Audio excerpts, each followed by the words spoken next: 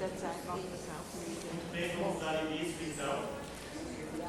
Gostaria de apresentar para vocês a mãe Águida Guilmar Pires, que é sacerdotisa de Umbanda, gaúcha de Caxias do Sul, nascida em 10 de 4 de 1951, procedente de São Leopoldo, aqui mesmo no Rio Grande do Sul, especialmente para essas palestras que recebemos. Boa tarde a todos. É uma satisfação estar aqui aprendendo muito, agradeço essa oportunidade. Não sei se falar um pouco mais alto. Perdão. E esse nosso encontro, né, é bastante descontraído. Nós vamos procurar interagir, né, tentar sanar algumas dúvidas das pessoas e aprender juntos. Né? Em 1974, houve a primeira manifestação mediúnica. Então, Umbanda, né, está firmada sobre o alicerce da manifestação mediúnica. Né? Neste ponto, eu vou abrir um pequeno parênteses, porque 2 dias atrás nós tivemos uma oficina também sobre este mesmo tema.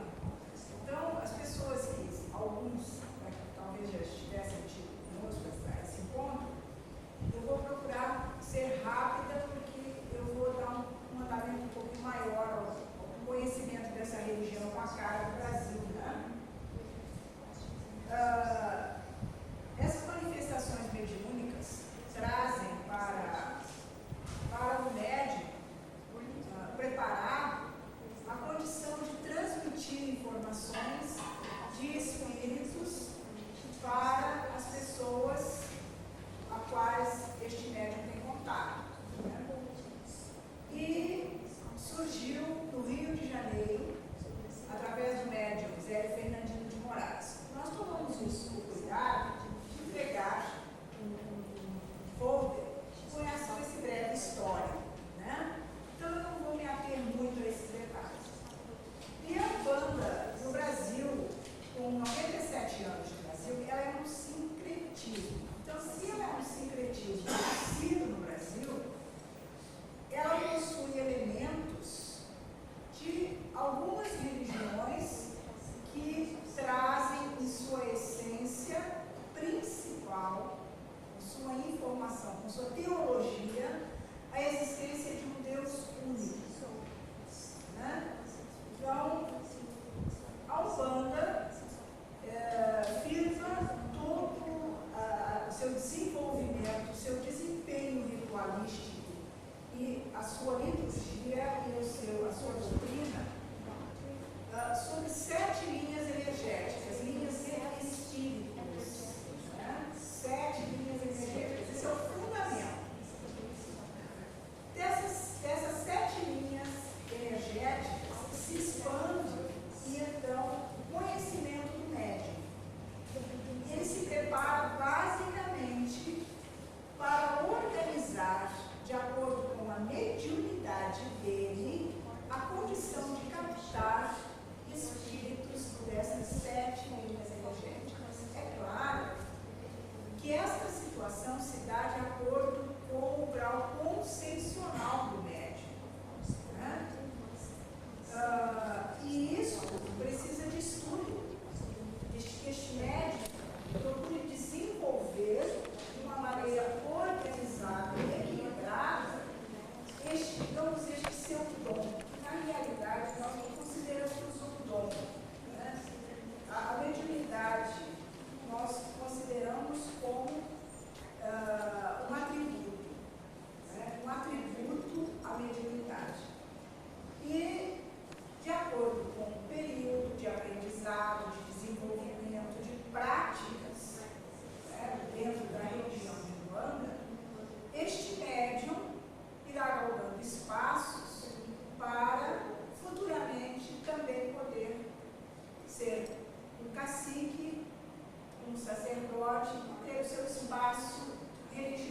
para ministrar, então, através do seu conhecimento, de outros médios ao atendimento das pessoas. Eu estou procurando ser muito simples, direta, né? Porque é complexo o tema, né? Justamente por ser o sincretismo e é complexo, né?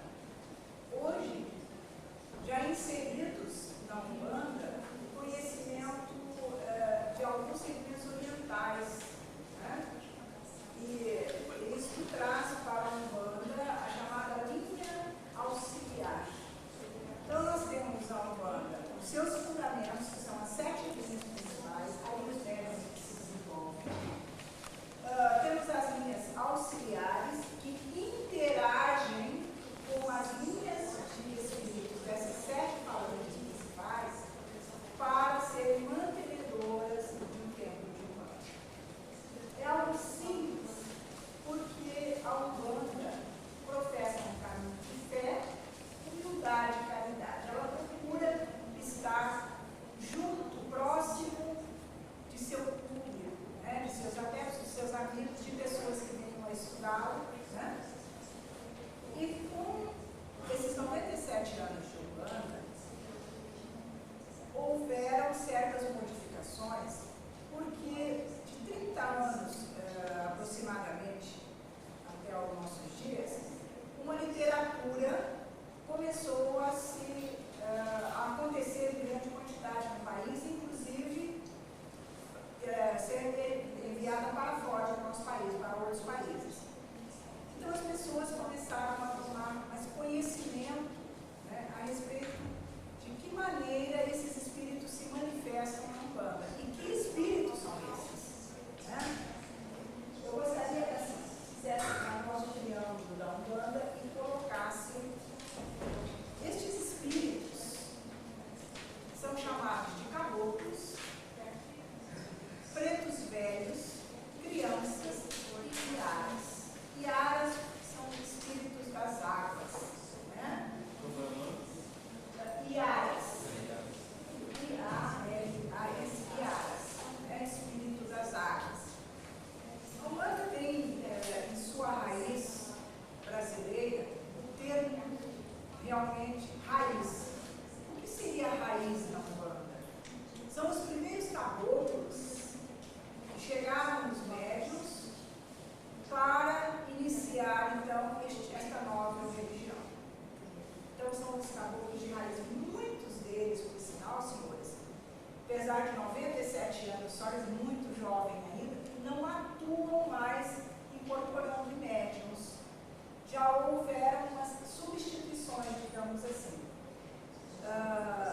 E esses caboclos de raízes trouxeram os primeiros contos cantados e os primeiros contos riscados, quer dizer, a simbologia da Umbanda e a sua musicalidade, digamos assim.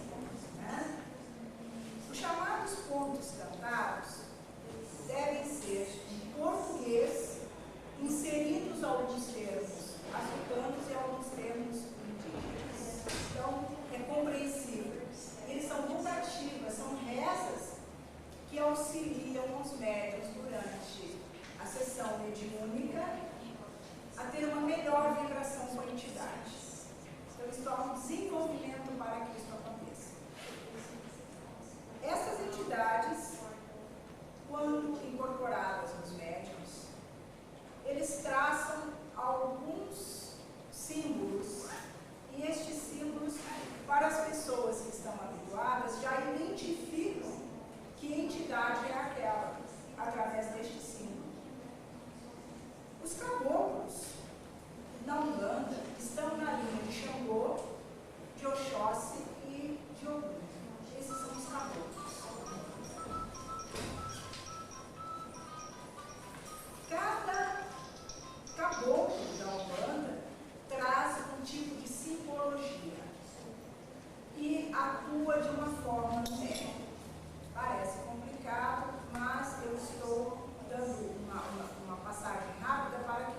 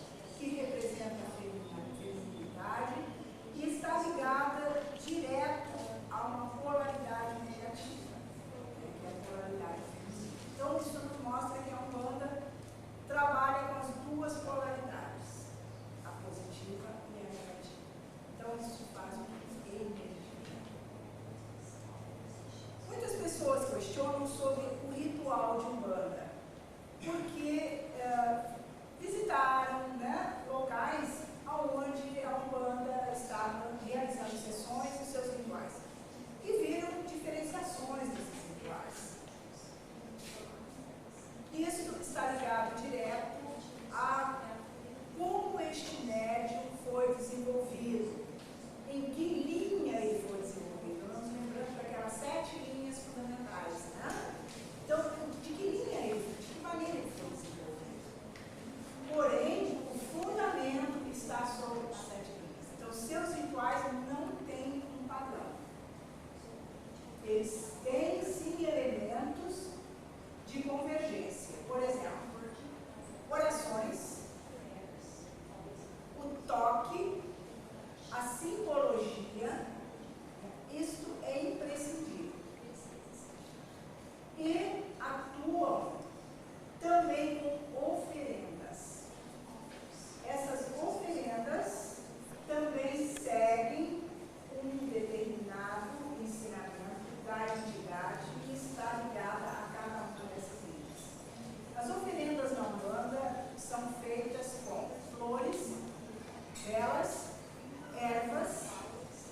Não utilizamos na Umbanda sacrifício de animais. Algumas correntes que possuem uma feitura diferenciada ainda pode acontecer. Mas a Umbanda brasileira, ela não utiliza animais em seus rituais, sacrifício de animais. Zé Fernandino de Moraes, ele ainda existe no Rio de Janeiro neste tempo. Vocês vejam a diferença de ritualística, que até hoje é preservado da mesma maneira que foi fundado. Ele não utiliza atabaques, né, em seus rituais. Algumas correntes ainda utilizam atabaques.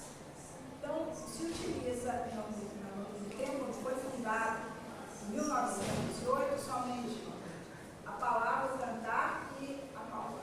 Isso é utilizado para a invocação dos espíritos. A Umbanda precisa de auxílio durante o desenvolvimento de suas sessões de passes, de aconselhamentos espirituais. Separa normalmente um dia da semana para curas, essas curas dirigidas à alma, ao espírito da pessoa.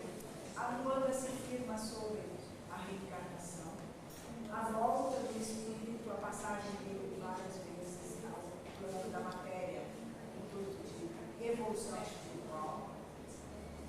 Então, por isso, as suas linhas não cultuam, a não ser que seja paralelo com uma outra corrente, a ancestralidade, por ser encarnacionista.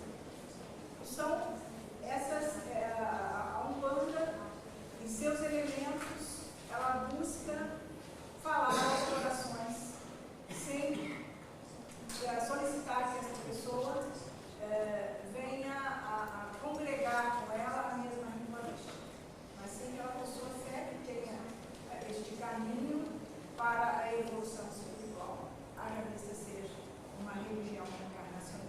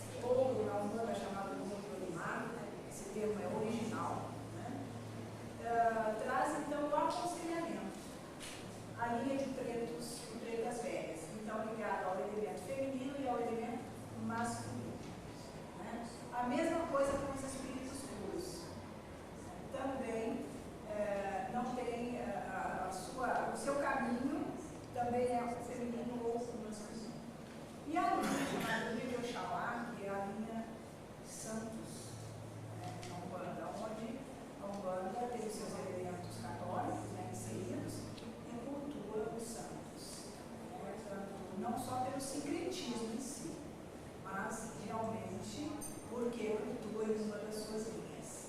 Né?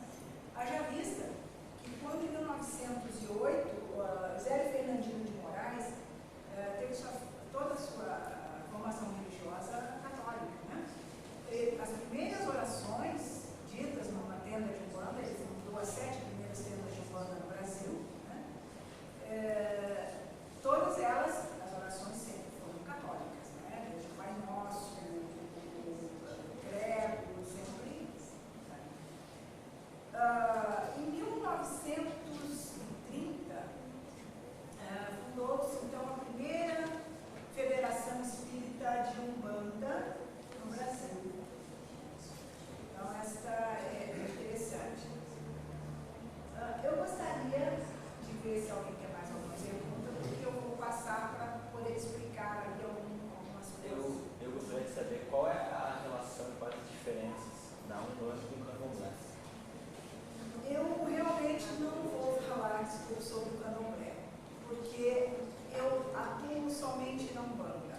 Então, eu não tenho como fazer essa distinção. Eu não sei se é porque vem de Salvador, se vai a fogo, eu não sei qual é a relação e não sei qual é a diferença. Eu acho que eu teria que deixar para uma pessoa que fizesse patriotismo, né? Eu não fiz a minha iniciação no Candomblé e não estou autorizada a falar, né? E aqui nós temos a nação, é bem diferente também, porque tem diferenças até nesse sentido, pois não, senhor? Em que se diferencia Umbanda com Espiritismo? Porque, no caso, os elementos do Espiritismo são bem mais presentes do que o elemento do Orixá na Umbanda. Por quê? Porque ela é reencarnacionista.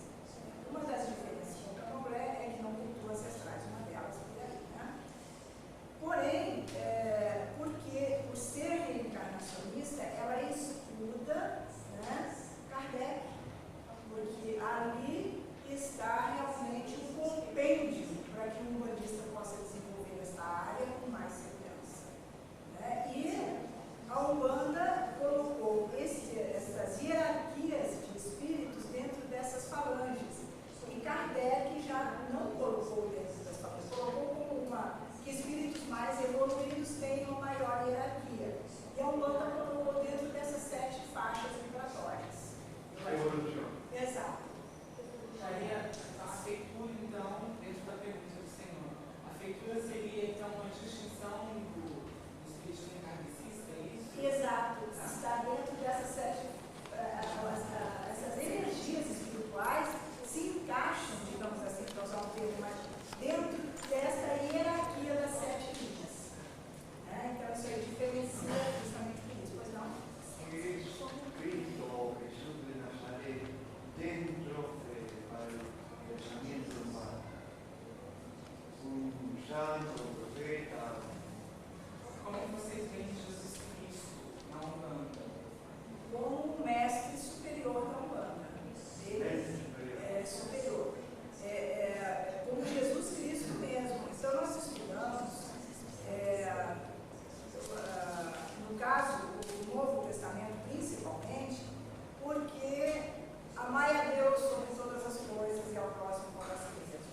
Outro detalhe, você irá colher aquilo que você semear. Né? O amor, a fraternidade, o amor ao próximo, a paz. Estudamos muito sobre o Sermão da Montanha. Então, há esta diferenciação. A Umbanda tem esta diferenciação. Está dentro dessa faixa que nós comentamos sobre a linha do Oxalá. Acho que eu pude explicar um pouquinho, né? Pois não, senhora? Não sei se dividir mais essas linhas energéticas. Sim, senhora. Para explicar melhor. Podemos. Quais são? Por favor. Marlise tem uma letra onde Marlise é professora, então tem uma letra ótima para nos auxiliar. Marlise, por obséquio. A primeira linha do Oxalá. Mas não é Oxalá, Orixá. Né? Esse é das diferenças também. De novo, no nosso batuque aqui, né, nas nações dos orixás, Oxalá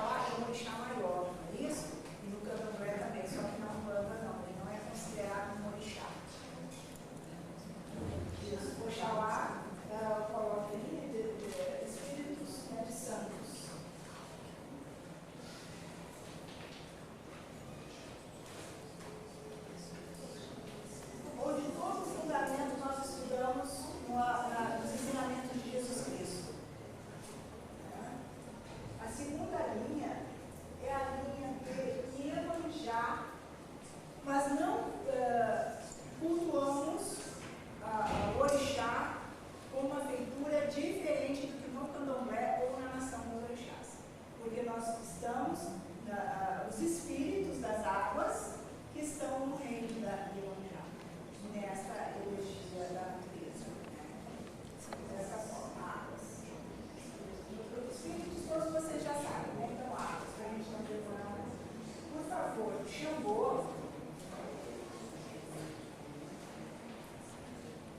Entra o equilíbrio, né?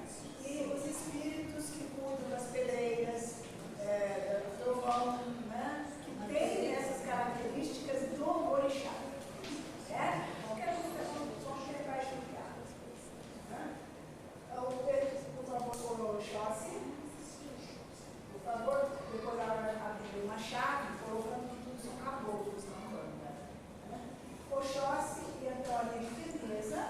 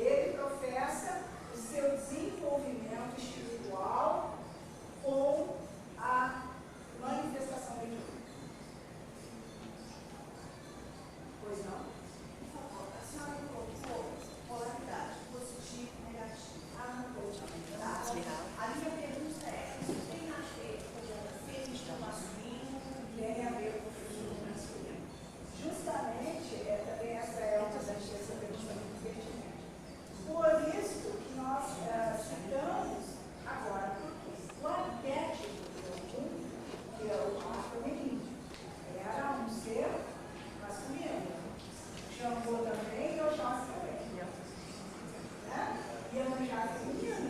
Nós sabemos que o feminino sempre tem uma polaridade negativa, né? Quem já estuda polaridades, né? E o feminino e o masculino tem a polaridade positiva. Então aqui seria positivo. E gato, no caso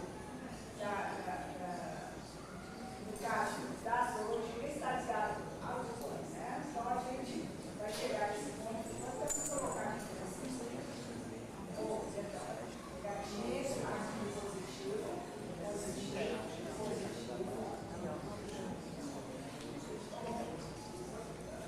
positivo, né? Positivo.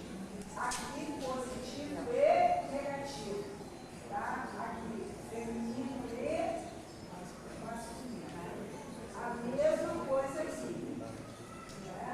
As crianças, tanto, negativo. E aqui também é a mesma coisa. Temos santas e santos, né? E a Virgem Maria e temos Santo Antônio, né?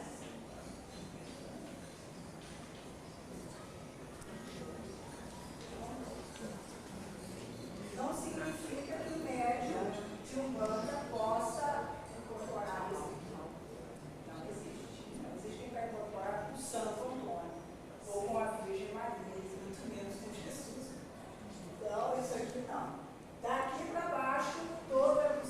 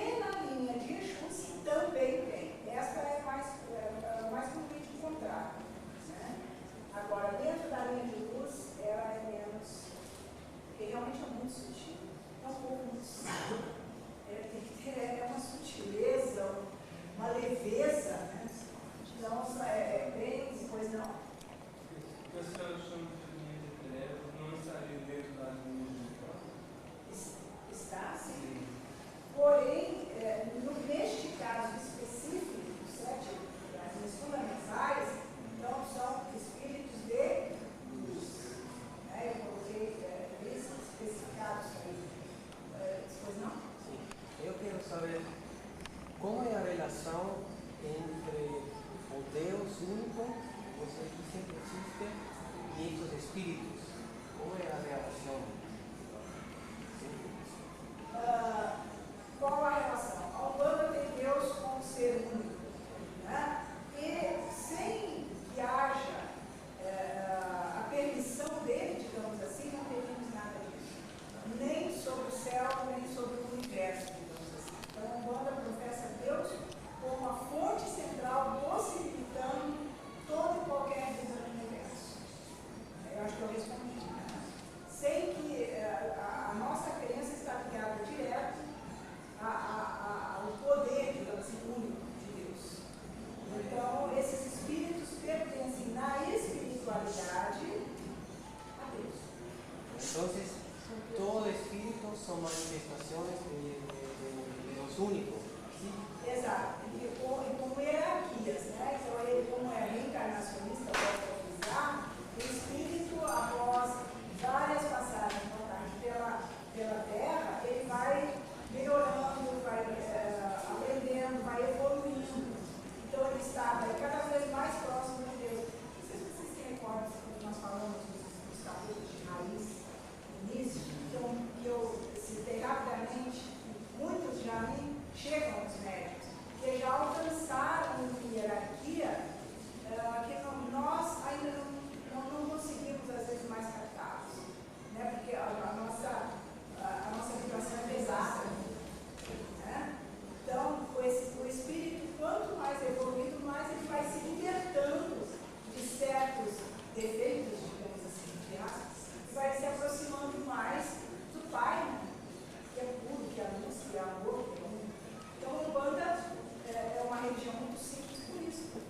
Pois não? Vocês trabalham bastante em contato com a natureza, tem alguma influência do xamanismo, de culturas ancestrais, sabedoria ancestral? Tem muita influência, tem muita influência do xamanismo, porque trabalhamos direto com a natureza, nos preocupamos em preservá-la, né? Procuramos, nos 4 elementos, executar a magia de Umbanda. Os 4 elementos, um deles é o fogo. Né? E esses 4 elementos, nós trabalhamos direto com isso, com essas linhas. Aí, então, existe toda uma relação que interage com o médium, que é um ser da natureza. Agora, para o horário, eu acho que nós vamos passar muitas pessoas podem questionar. Eu espero estar sendo clara, né? Porque longe de nós botarmos tudo, nem temos as instituições para isso. Isso. Senhores, a Unicinos, a nossa universidade do Vale do Rio do Sul, tem um grupo de diálogo religioso, já vão há 3 anos, quase 4 anos. Um trabalho muito exemplar, digamos assim, porque ali se aprende a dialogar, a conhecer e tudo mais. Uma das preocupações das externas, do pessoal estudante que faz jornalismo, se tiver uma que a gente queria filmar alguma coisa aqui do seu tempo, você fique à vontade. E justamente ela próxima do dia 15 de novembro, que é a data de celebração da Umbanda. Se a professora é uma pessoa gentilíssima, esse dia é ótimo, porque tem oferendas, estão aí no público e tudo mais. Então, eles fizeram esse filme, e eu então vou passar para que vocês vejam o uso do toque, né? E um trabalho muito bonito desses jovens. Por favor, desculpe alguma imperfeição do DVD.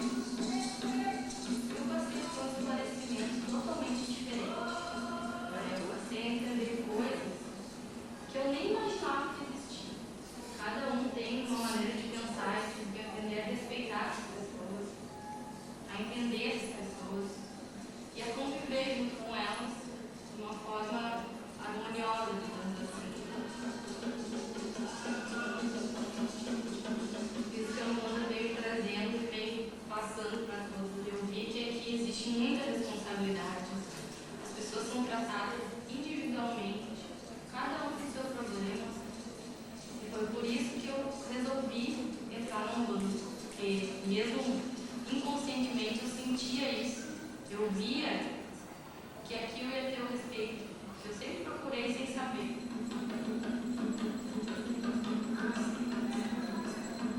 A Umbanda reúne pessoas de diferentes raças e classes sociais. Segundo dados do último censo do IBGE, o Rio Grande do Sul é hoje o estado brasileiro com o maior número de praticantes desta religião, com a cara do Brasil. Então, ela tem o sincretismo com o africanismo, com a religião indígena, com o catolicismo e com a religião espírita. E isso, então, permite que haja essa barreira seja muito tênue. A Umbanda é uma religião que não pratica o sacrifício de animais para os seus fundamentos.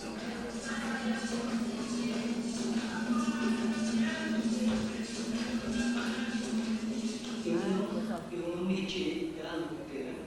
Simplesmente houve um acaso de espaço e tempo, por causa do meu trabalho no meio militar. Então eu me afastei da religião. Então nesse meio tempo eu vinha conhecer a religião. O meu tio acendeu um defumador dentro da minha casa. Meu sobrinho e eu fui da religião umbanda. Hoje eu não pertenço mais, tenho um outro sentimento. Mas quando eu me via correndo, eu dizia, esse aí ainda vai ser um dos dias.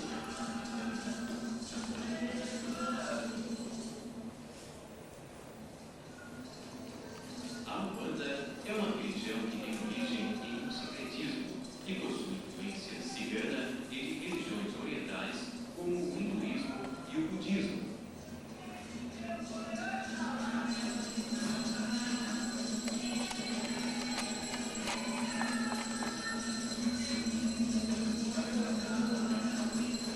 Eu vejo a Umbanda como uma religião que fala aos corações, como outras religiões também falam, só que como é um sincretismo, ela alcança, os seus tentáculos entram em diversas casas, talvez com mais tranquilidade. Isso aí pode auxiliar a pessoa a se encontrar assim, de uma maneira melhor, mais tranquila, sem se sentir com preconceitos, sem se sentir relegado a uma situação de não estar sendo atendido pessoa a pessoa. Porque a Umbanda nos traz essa condição de atender pessoa a pessoa. Isso valoriza o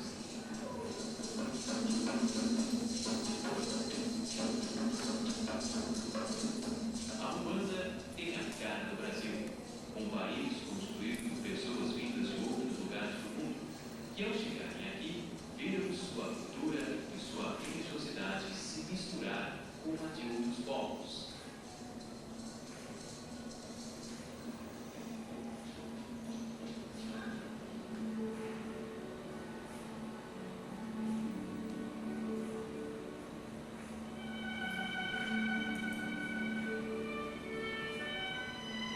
Como você sabe, o Brasil é um país multicultural desde sua origem. Ele é muito facilitado em termos culturais. No que tange a religião, você sabe que houve por muito tempo o domínio de uma religião. A religiosidade, a diversidade religiosa, ela foi enquadrada por uma religião dominante por muito tempo aqui no Brasil. Hoje nós estamos vivendo uma diversificação maior.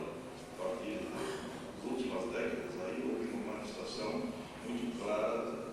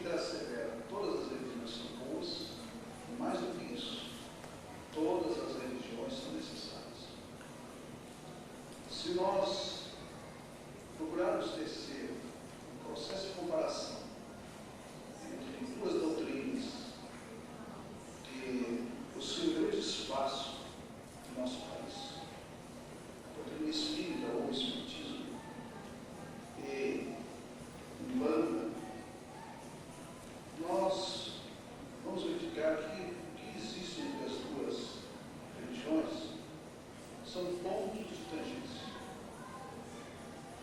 A doutrina espírita trabalha a questão da comunicabilidade dos espíritos, acredita na imortalidade da alma, na existência dos espíritos.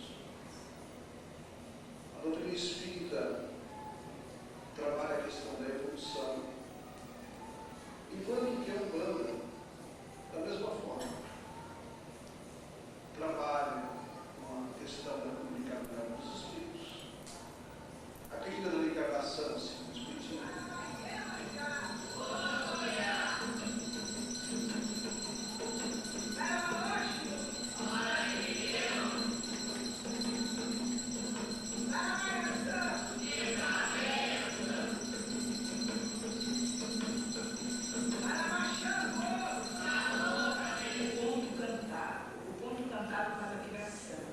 Este ponto cantado em Umbanda tem que ser em português, inseridos alguns termos indígenas e alguns termos africanos. Né?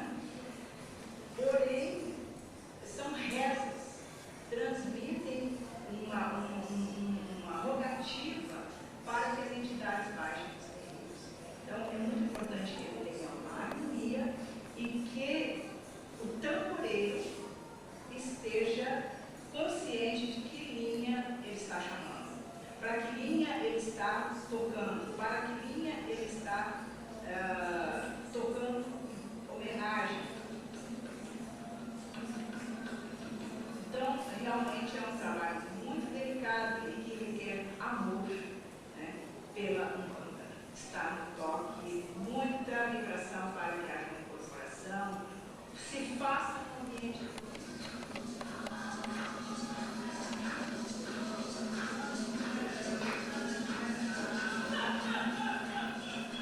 Não podemos interferir em rituais, isso é uma liturgia, justamente porque não existe uma definição de ser mais médium ou menos médium, e dentro dessa hierarquia você vai assumir o tempo. Na realidade, é algo que vem acontecendo de acordo com os preceitos. Né? E as federações, elas podem representar juridicamente as necessidades dos seus afiliados, porém interferir na sua liturgia não nos é permitido, a não ser que hajam provas de que determinados atos considerados imorais, por exemplo, possam estar acontecendo. Então aí nós poderíamos ter uma ponte muito forte para solucionar este caso. Caso contrário, não podemos.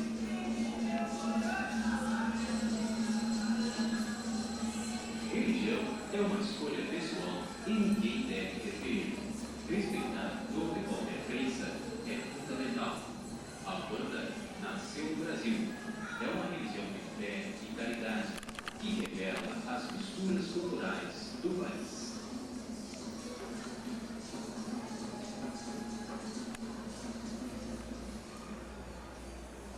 Daí eu canto uma música. Salve a Umbanda, salve a luz, salve a força que conduz.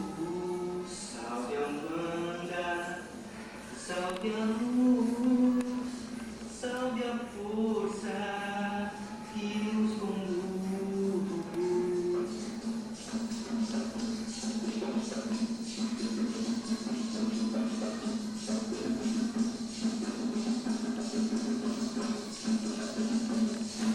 Lembrando e memória Moab Caldas, digno umbandista que mantém o seu nome com todo respeito e ética. E ele diz: Saravá, Umbanda é coisa séria para a gente séria. Muito obrigada.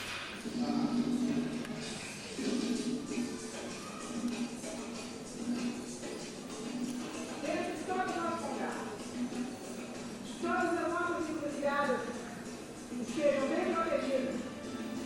Todas as nossas falanges de Exu, pelas falanges de Pombagira, que cuidem a nossa Umbanda.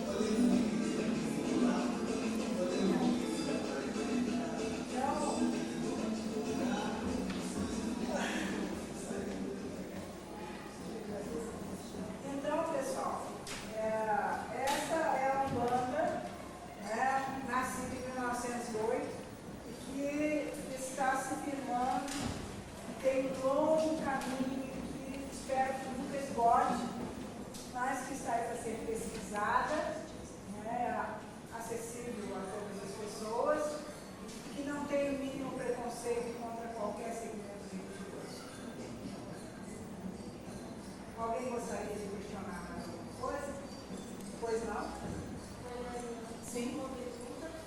A manifestação da pomba gira, eu sei, eu vi no finalzinho do vídeo, mas a minha pergunta é: a manifestação da pomba gira acontece, como acontece dentro da Umbanda, e se ela acontece também no candomblé? Porque para mim é um pouco confuso, não sei se é uma manifestação própria da Umbanda ou se é uma manifestação do candomblé. E o que seria para a Umbanda a pomba gira? Ah, pois não. Essa é uma questão interessante, porque há muito tempo os Exus foram tidos como demoníacos, né? Então, esse debate ainda é muito a respeito, e hoje a Umbanda já traz uma informação diferente, né? Eu vou passar, fica legal.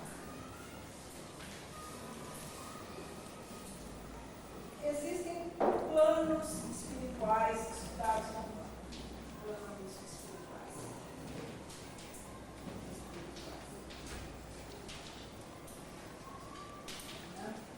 Então, esses planos espirituais é que refletem no planeta Terra toda a energia divina. Então, a Terra aqui está meio gozada, mas tudo bem. E então, essa energia vem de planos espirituais que falamos sobre o Umbanda, por favor. A Terra é um planeta tido como expiações. Voltamos à carne para continuar espiando ou melhorando, evoluindo, que é a palavra que eu gosto mais. E na Terra existe, então, certas depressões muito profundas, né? Nós temos um livro aqui, não vou ficar dando aula de geografia, né? Mas é o seguinte, que então, a Terra, a força telúrica é Exu. Então, se ele é força telúrica, ele está ligado a quê? A magia. Exu pode ter as duas polaridades, tanto feminina quanto masculina. Sendo que a feminina continua sendo elemento negativo e a masculina é elemento positivo. Ligado, então, ao elemento dentro da correlação com o plano astral, o único elemento que tem só esse, quem é? Iemanjá. Certo? E então, essa relação aqui só tem relação com a água. Tá? Aqui tem relação, então, com todos esses outros, com todas essas outras linhas. Certo? Por quê? Porque aqui nós temos, e aqui nós temos. Tem tudo que cria uma relação. Nós não podemos fugir disso aí. E então, o que acontece? Se o elemento Exu está ligado à magia, ele liga tanto o astral quanto o telúrico. É a soma dos dois. Se está aqui, a cada volta que nós temos da nossa reencarnação na Terra, nós vamos ter contato com essa linha magística. E se ela se reflete no planeta Terra, se ela existe, ela também tem que vir de um plano espiritual. Como é linha de magia, desde o início da humanidade, que esta palavra é profanizada, sempre para o mal. Né? Hoje já não percebemos dessa forma, porque a Umbanda tem essa palavra magia como a ciência umbandista. A ciência umbandista. Se ela é a ciência umbandista, ela está ligada também a então deixou de ser o Satã, o diabo, o capeta, isso. Porém, essa linha é eterna e nós estamos evoluindo muito, ainda precisamos muito evoluir. O que acontece?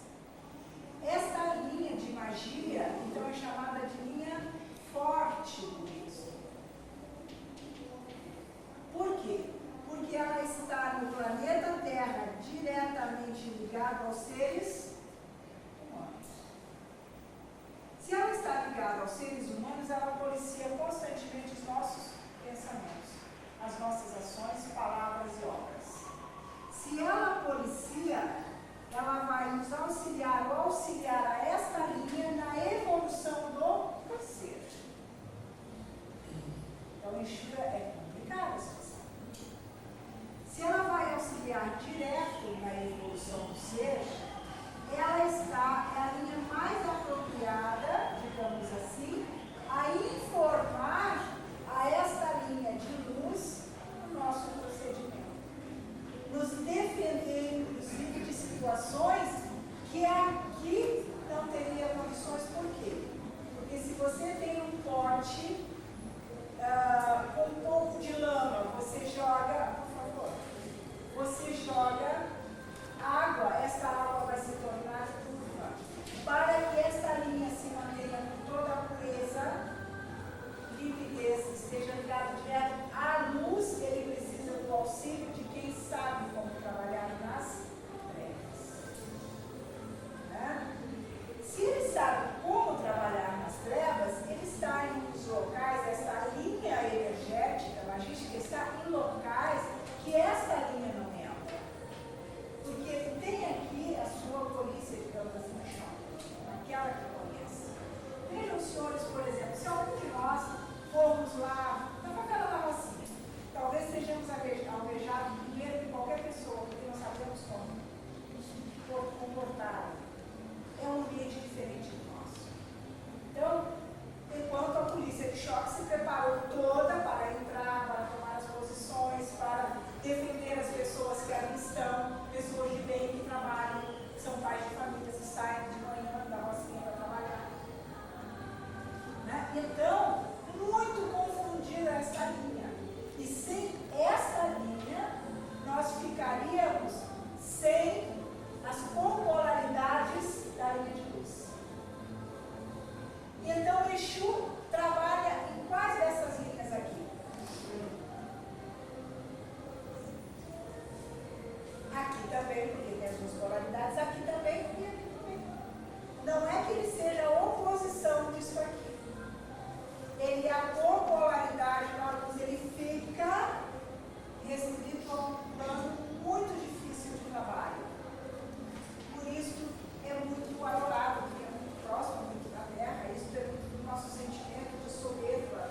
Né? Nós não percebemos o quanto nós precisamos melhorar. E ele tem essas informações. Então, quando eu faço uma forma pensamento, essa forma pensamento vai conduzir a minha mente e a minha maneira de procedimento. Então, o Exu, se eu chego, por exemplo, num botequim, eu vou sair com um amigo, com as amigos, dificilmente eu teria ali naquele momento, chega a dar uma briga, vamos supor.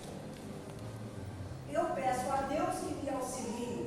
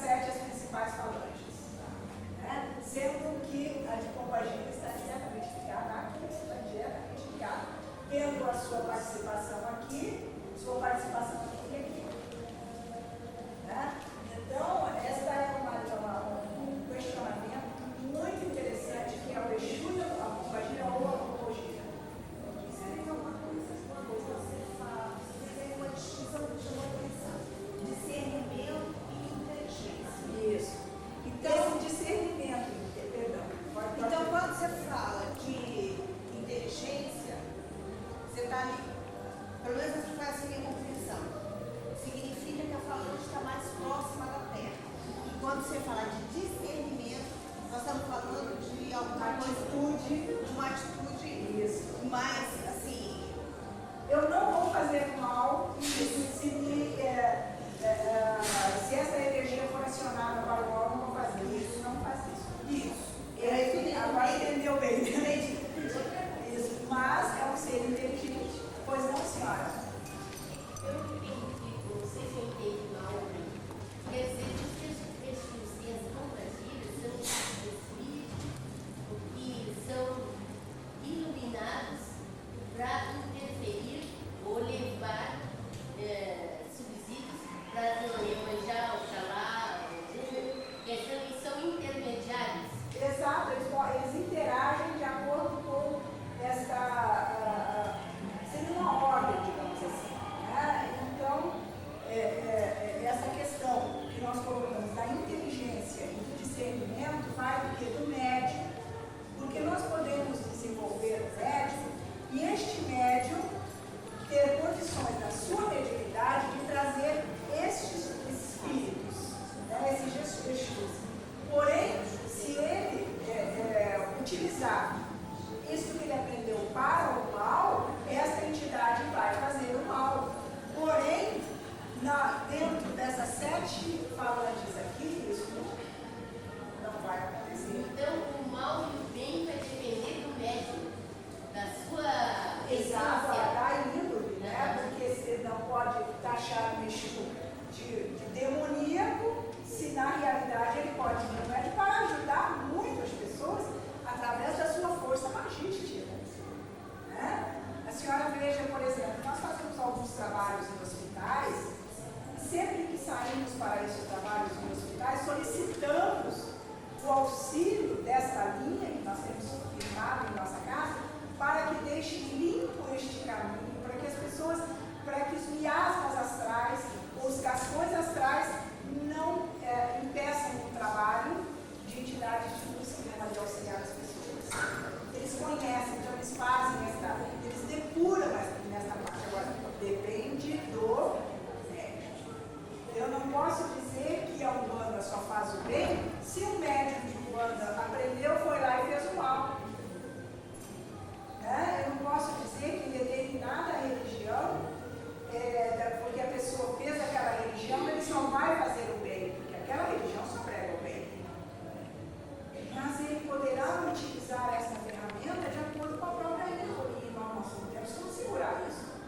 E aí a evolução é o caso da reencarnação. Pois não, senhora, me desculpe. E aí, como médium, ele teria esse poder de acionar essas coisas, ou no caso dos espíritos, é que teriam,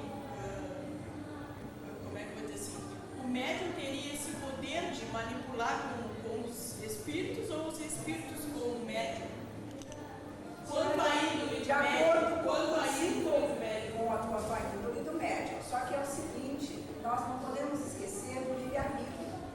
Assim. Né? E isso está tanto no plano da matéria quanto no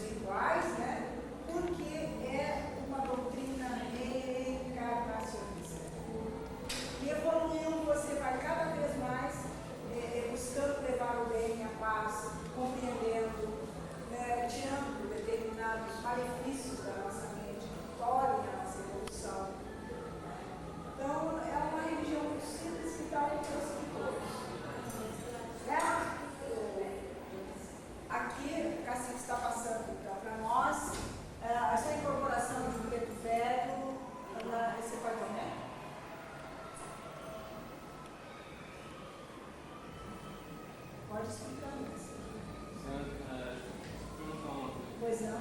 Nessas linhas, também a senhora considera os mestres e mestras ou não? Olha, os mestres e mestras da Umbanda estão cuidando dessas sete linhas do plano astral, num local que chamamos de Aruanda. Então, alguns até dizem que são o céu dos caboclos. Nós vimos um plano espiritual onde estão essas energias, que são responsáveis, são mantenedoras dos fluidos delas nas falanges energéticas para manter essa religião de Umbanda. Alguma coisa mais que assim. Eu não quero ultrapassar o tempo nem ser cansativa, eu estou às ordens. Pois não? Pois não, senhora. Ser reencarnacionista, muitas das pessoas podem nascer então já com conhecimento, adquirido em vidas passadas, Claro. Não está errado o meu pensamento. Pois não.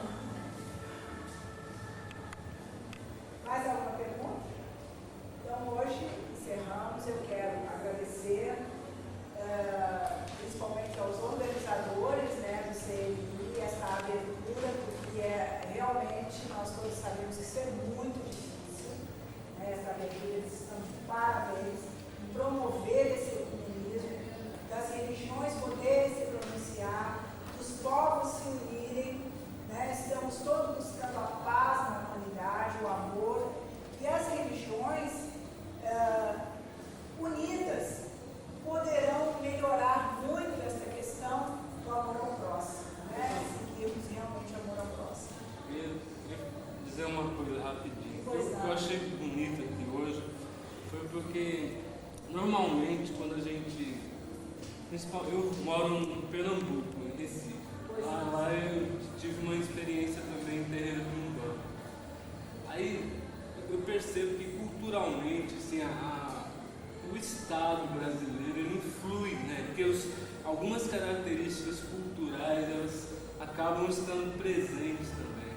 Mas aí a tendência da gente quando começa a ouvir uma pessoa falar é ficar pensando se ela está certa ou errada. Mas a sua postura aqui hoje, ela foi de uma luz que não permitiu isso, porque num determinado momento a gente viu que a senhora não estava preocupada em mostrar nada, assim, a última palavra, nada. E isso ajuda a gente a perceber que essa religião, o fato dela estar mais próxima do povo brasileiro, ela é construída também por esse povo. Eu conheci uma mãe de santo que ela estava há 40 anos na Umbanda. Ela dizia assim, eu não sei nada. Ela dizia diariamente para gente. Então, agradeço também, acho que foi maravilhoso esse encontro. E a sua postura ajudou, foi muito educativa. Sua fala, sua conduta. Parabéns.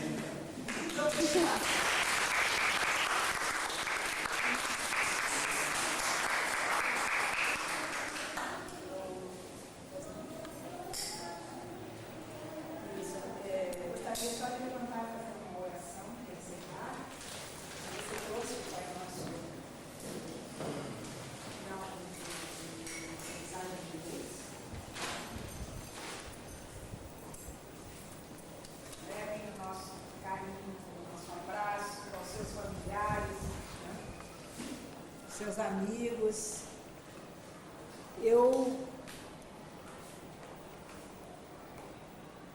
Vamos ver se nós podemos trazer aí um Pai Nosso que este Senhor, ele não tem uma religião definida. Ele é preparador físico de futebol. E então, ele um dia mostrou alguns escritos, alguns anos atrás, e eu vi profundo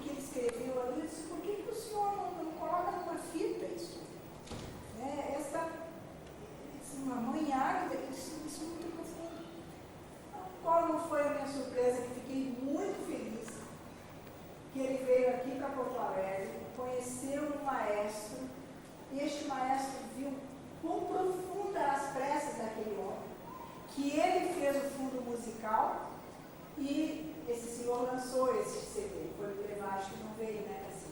Então nós vamos fazer o Pai Nosso umbandista e mesmo assim nós vamos, se alguém quiser deixar e-mail e tudo mais, nós poderemos nos comunicar, né?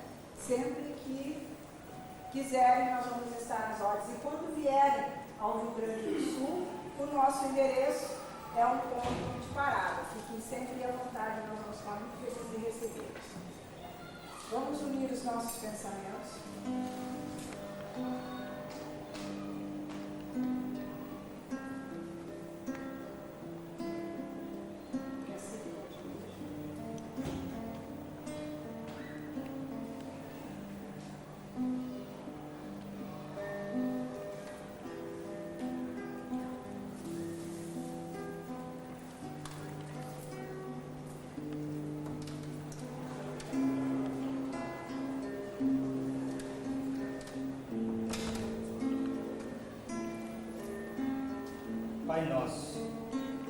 Pai nosso que estás nos céus, nos mares, nas matas e em todos os mundos habitados, santificado seja o teu nome, pelos teus filhos, pela natureza, pelas águas, pela luz e pelo ar que respiramos. Que o teu reino, reino do bem, do amor e da fraternidade, nos una a todos e a tudo que criaste em torno da Sagrada Cruz, aos pés do Divino Salvador e Redentor. Que a tua vontade nos conduza sempre para o culto do amor e da caridade. Dá-nos hoje e sempre a vontade firme para sermos virtuosos e úteis aos nossos semelhantes. Dá-nos hoje o pão do corpo, o fruto das matas e a água das fontes para o nosso sustento material e espiritual. Perdoa se merecermos as nossas faltas e dá o sublime sentimento do perdão para os que nos ofendem. Não nos deixe sucumbir ante a luta, desabores, ingratidões, tentações dos maus espíritos e ilusões pecaminosas da matéria. Envia, Pai, o raio da tua divina complacência, luz e misericórdia para os teus filhos pecadores, que aqui labutam pelo bem da humanidade. Que assim seja. Saravá. Muito obrigada. Eu quero agradecer a minha equipe, que sempre esteve muito coesa, os médiuns da casa, porque senão não conseguimos realizar nada. Muito obrigada a todos e foi um prazer muito grande essa tarde que nós passamos. Dia 20, às 15 horas, no prédio 50, na sala 301, vamos ter também uma oficina de diálogo interreligioso, onde a gente faz parte com mais 14 religiões. Todos estão convidados no dia 20. Dia 20, às 15 horas, no prédio, nesse prédio aqui, na sala 301, nesse corredor mesmo. Tem mais? Tem mais?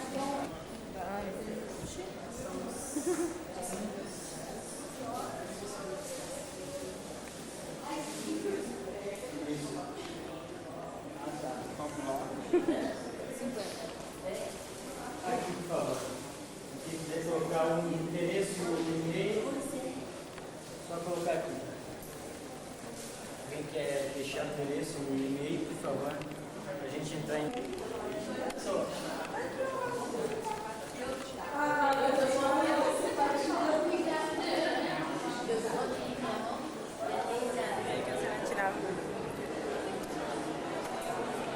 Você é daqui mesmo, de Porto Alegre?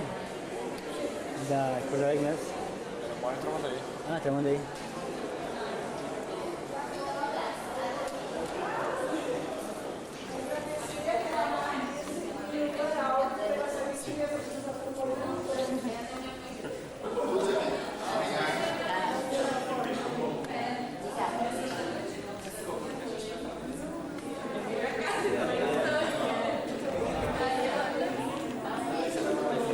Esse é o Stuart, é os caras que ficam aí. Tudo bem? Tá abrindo a porta, fechando a porta pra gente, trazendo esse folhetim pra gente preencher os assuntos que ocorreram. Essa folha aqui depois vai para a caminhada jovem. O que a oficina significou para a Assembleia, correto, professor? Explica um pouquinho aí. É para vocês preencherem, como vocês já preencheram, e para vocês escolherem uma frase que represente o espírito da oficina. É muito legal, gostei muito e aprendi muito com vocês. Ok.